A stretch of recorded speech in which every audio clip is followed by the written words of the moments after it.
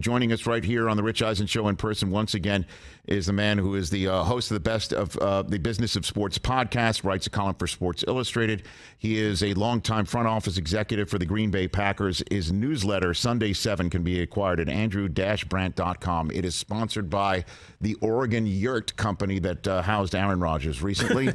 Andrew Brandt, good to see you over there, Andrew. Good to see you. Always good to be out here and see you. I just made that up about who sponsors your newsletter. That's just my way to get into this conversation. It's a nice sponsor to have, especially what they just went through. They went through. I like it.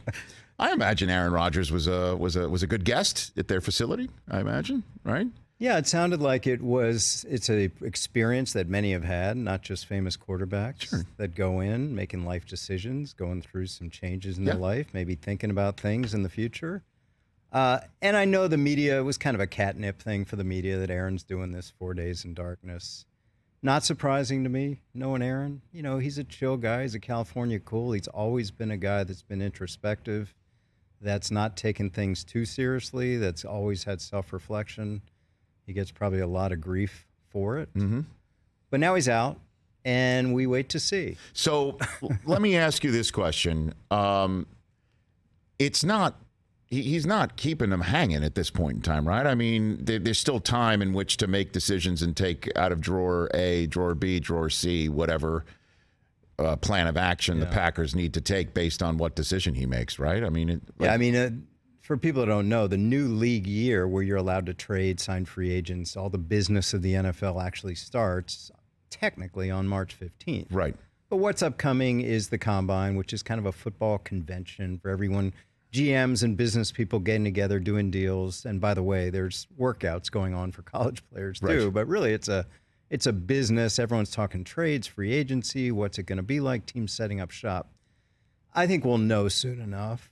You know, and the three decisions, of course, whether Aaron will stay with the Packers, decide to move on, or request moving somewhere else, a trade, a separation. Listen, you and I have been through this before. I think no one's fault. I just think it's time. I think it's time for a separation. I think they've had Jordan Love in the bullpen for 3 years. They drafted him in the first round. It's ironically deja vu from 15 years ago. We had Aaron in the bullpen 3 years. We were ready to move to Aaron, turn the keys over to him. Brett retired, but of course he came back and it got messy. And we had to tell Brett we've moved on. We've moved to Aaron Rodgers. I don't know this. I don't have inside knowledge. I think the Packers are ready to move to Jordan Love. So the complicated answer for Aaron coming out of the hut is that, hey, I want to stay with you. That's complicated because I sense from my experience that they want to move on. Why? You know Bob McGinn. You know him for a long time. Yeah, he used to cover us a long time. Exactly. He's been around. He said on a podcast that the Packers are, quote unquote, disgusted with Aaron Rodgers, and they're done with him. That's what he said. Well, I always look to the contract, too. Now, they made a big commitment last year, obviously, and he's got $60 million waiting for him this year, whether from them or someone else. But the contract's funky, Rich. There's an option that doesn't pick up until the start of the season, and then it goes into another level next year. In other words, dead money of $40 million this year. That's bad. But dead money of $60 million next year, that's really bad. If he's traded? If he's on the roster this year and is separated next year, 2024, 2023, $40 million, that's not easy to take too, but of course they lose his salary. The why is a great question. I don't think the Packers, I think that's a little hyperbole from Bob. I don't think they're disgusted with Aaron.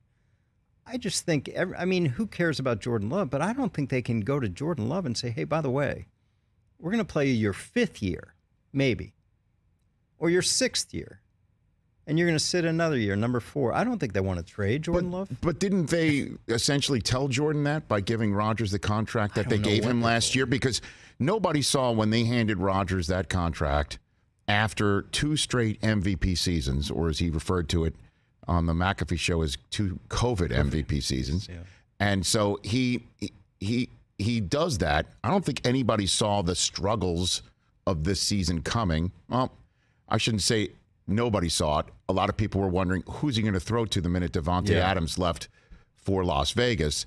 So people were, we were wondering how they were going to still pull it off. But I think everybody believed that Rodgers would play to a certain level that could cover that stuff up. And then the season is, the first half, total disaster. Yeah. Second half, almost made it until they struggled in the final game at home against the Lions. Yeah. So didn't they already tell Jordan Love that already? I don't know what again, I see the contract. I saw the contract as a 1-year deal, and they decide now.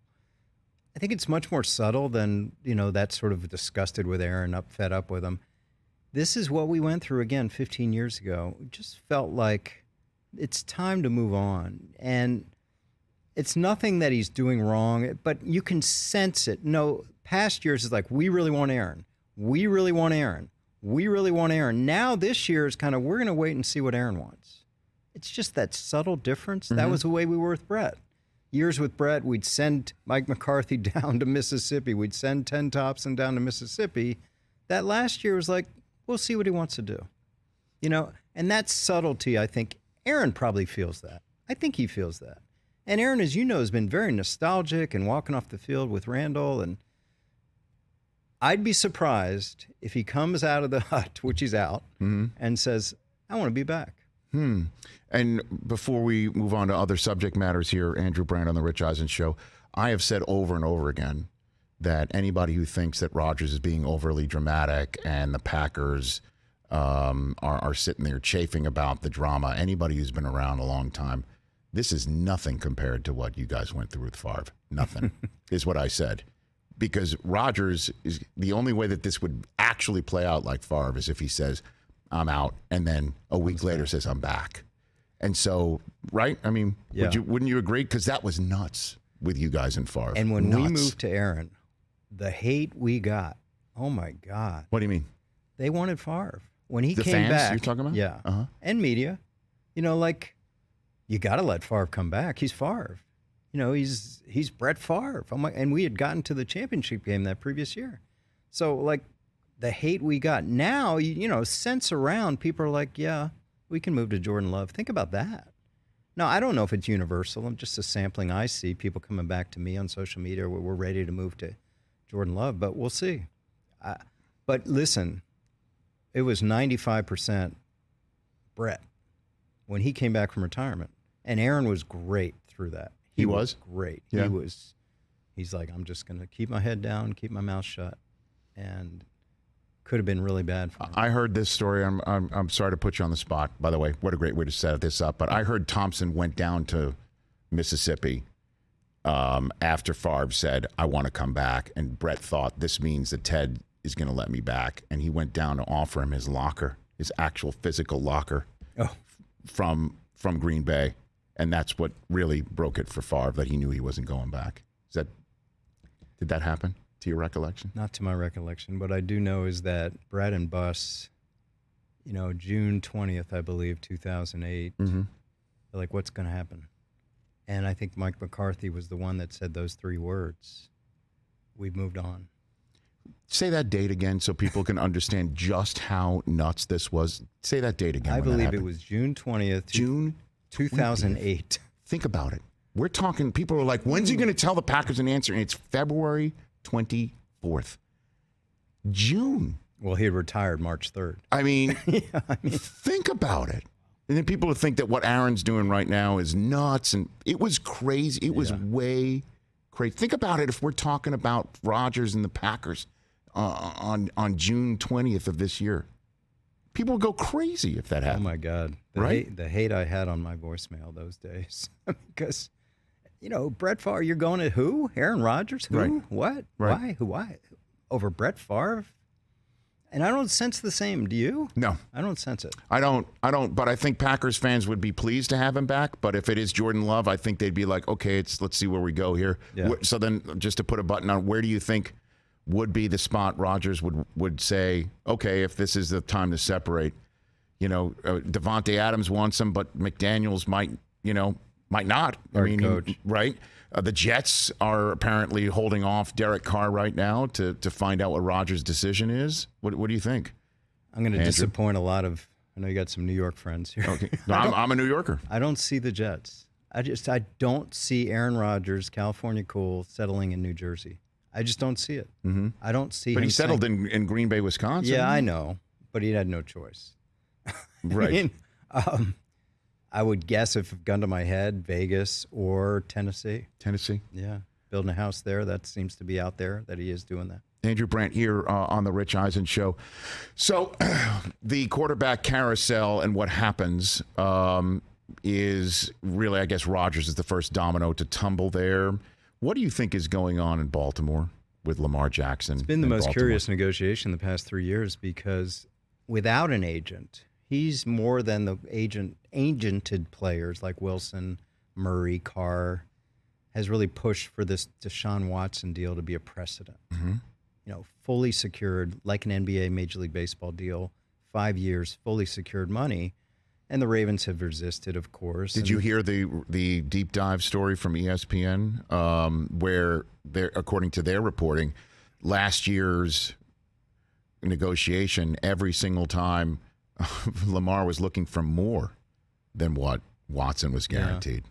That's what he's looking. Each one of his offers on the table. I think, Rich, I'm asked all the time, maybe you are too, why don't NFL players have guaranteed contracts? Why do baseball and basketball, the most injury-prone sport, why don't they have it? And there's nothing in the CBA that says you have to have guaranteed or not guaranteed. It's all individual negotiations. Now we have something that could push the envelope. We have Deshaun Watson. Say what you will about his situation, good or bad, but it's there. It's precedent. I'm a lawyer. Precedent. And Russell Wilson did a deal. It's kind of back to the old format, 1 or 2 years guaranteed, the rest on the come. Same with Kyler Murray.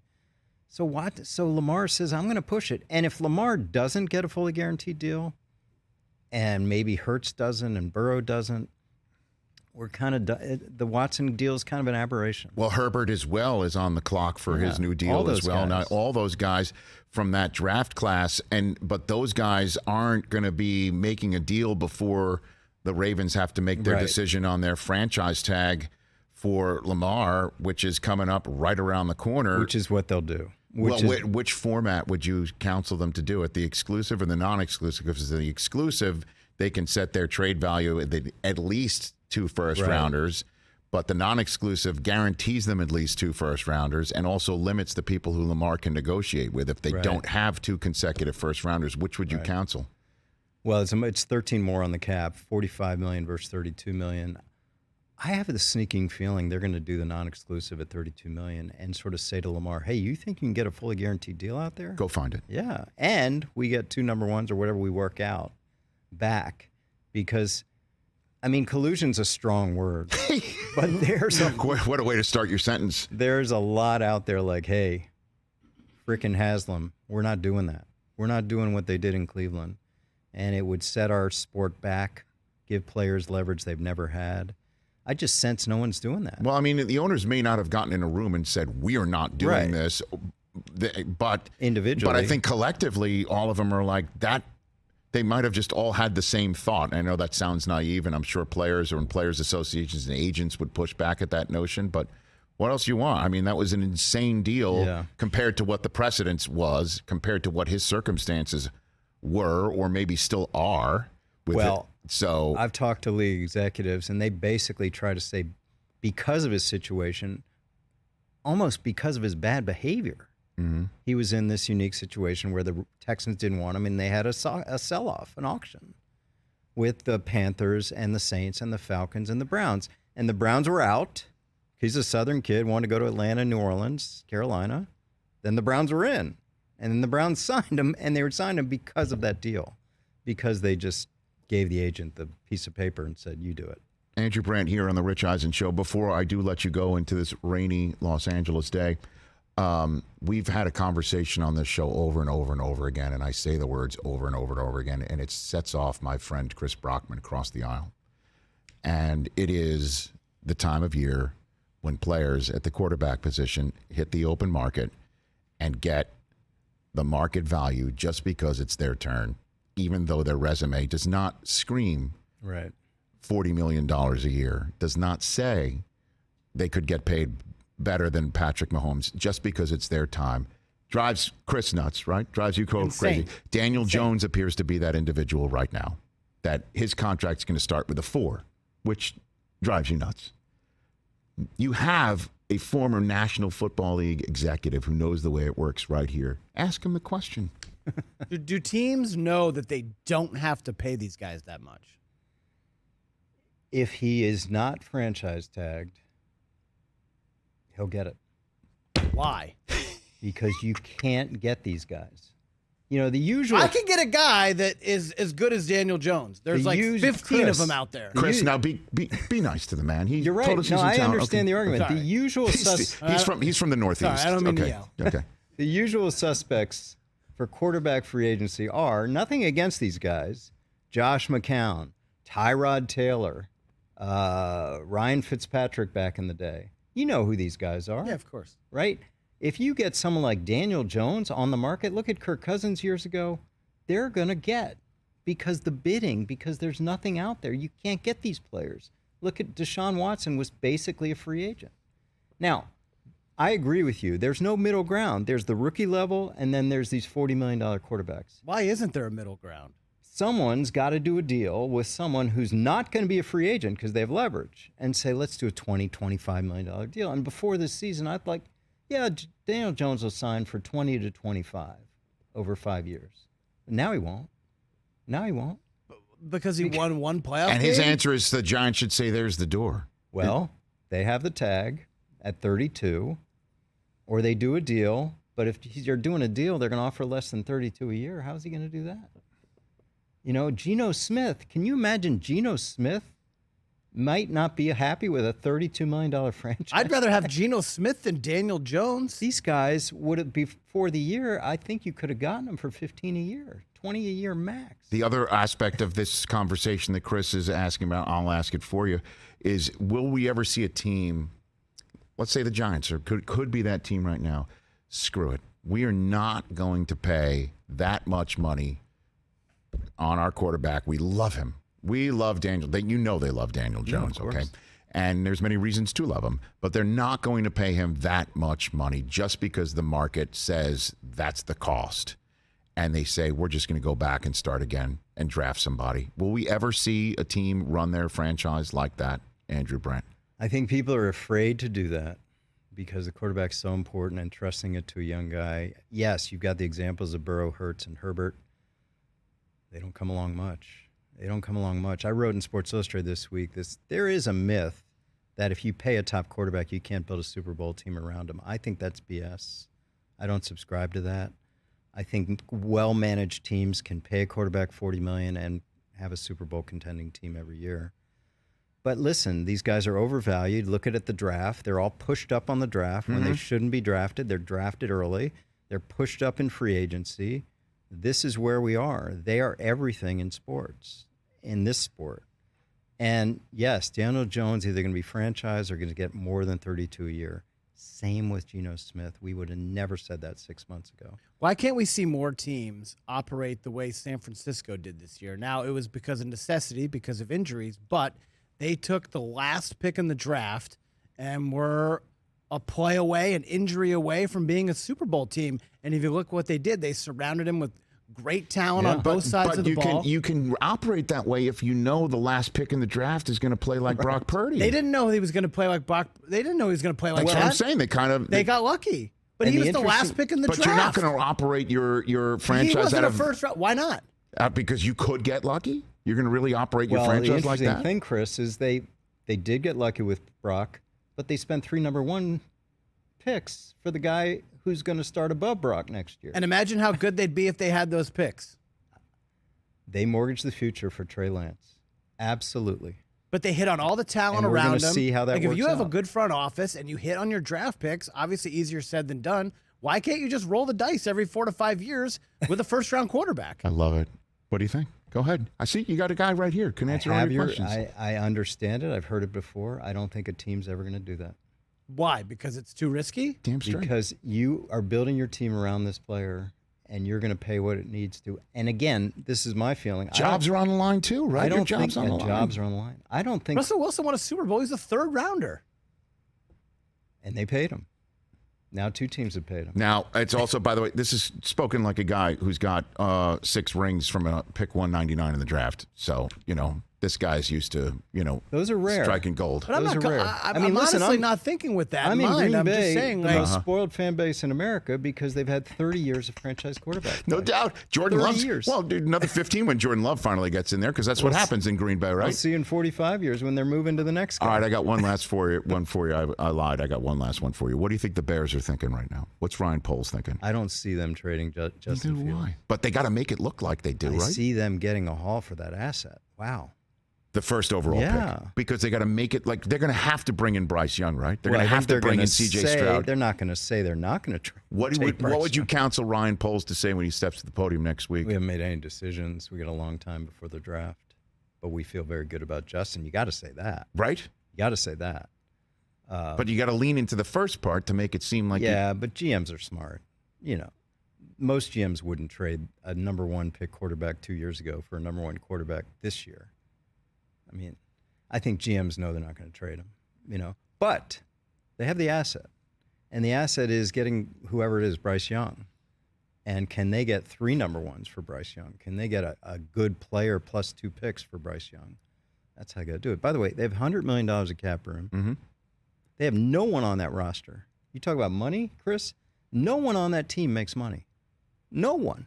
They traded Robert Quinn to the Eagles, paid him the $12 million because they need to pay someone. They traded Roquan Smith to the Ravens. They paid his salary last year. Mm-hmm. They need to pay someone. This is the Philadelphia Sixers from 5 years ago in the NFL. They are the trust the process team. They brought it down to the studs, and they're building it back up. I hope Fields is the guy because they got a ton of cap room to build around him. So I guess we should, full circle, ask Aaron Rodgers, right? Because he owns the Bears. Last I checked. Yeah, maybe he wants to trade. He's the Bear owner. Justin. As always, great conversation with you. Andrew-Brandt.com is how you can get your Sunday 7 newsletter. Yeah. The Business of Sports podcast, Sports Illustrated column. And what are you doing at Villanova again? You're teaching classes? Yeah, I run a whole sports business law program there in the grad schools for law and business. It's a great program run by the donor is Jeff Morad, who's from out here in the baseball world. Of course. Yeah. Know all about him. Thanks for coming in here, man. Always enjoy it. Catch the Rich Eisen Show every single day on the Roku channel, 12 to 3 Eastern, for free.